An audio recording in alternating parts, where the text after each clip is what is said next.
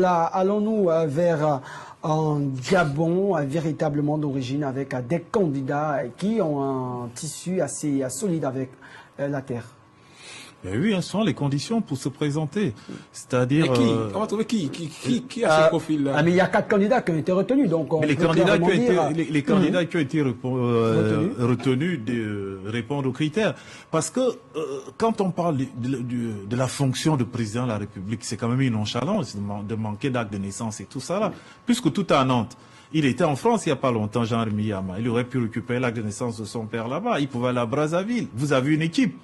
Vous comprenez, vous avez une organisation. En ce temps-là, est-ce que c'est vraiment tout le monde qui avait réussi à être enregistré dans les différents registres? Parce que rappelons qu'on a aussi de nos parents qui restaient dans les zones vraiment très reculées, dans les villages. Non, mais rien ne dit forcément que tout le monde a rejoint à cette époque-là.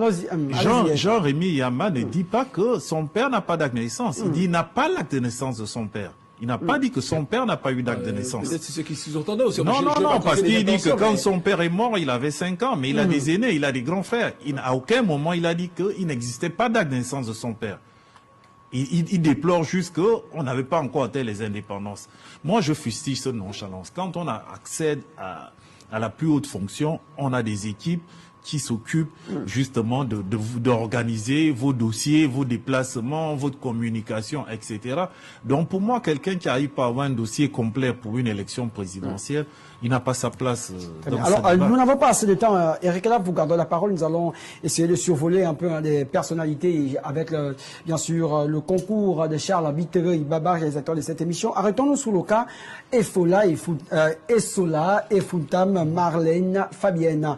On dit ceci, absence d'acte de naissance des parents, d'acte de mariage non légalisé du candidat et bien sûr d'acte de mariage, du spécimen distinctif du candidat, de la quittance de dépôt. Arrêtons-nous. Donc, on a des personnalités qui, on peut le dire, ont confondu blague et sérieux. Comment aller déposer un dépôt ou encore un dossier de candidature, j'y arrive, sans la quittance du Trésor, donc sans les 30 millions de francs CFA. Et on s'est aussi rappelé que Pierre Kavem Mwanga Moussavou s'est malheureusement aussi fait remarquer par cet acte.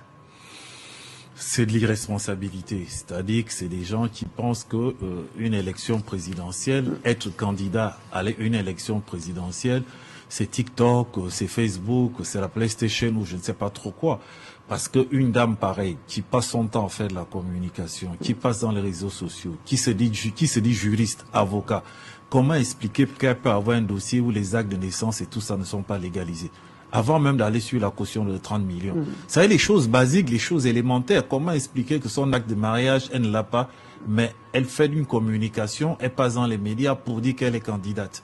C'est juste incroyable ce qui se passe au Gabon.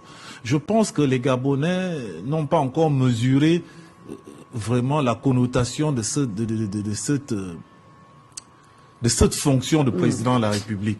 Et pour eux, c'est une façon de faire de la communication pour se faire remarquer dans le jeu politique et après pour se faire coopter, malheureusement. Mais pour moi, c'est l'irresponsabilité. On tient à rappeler que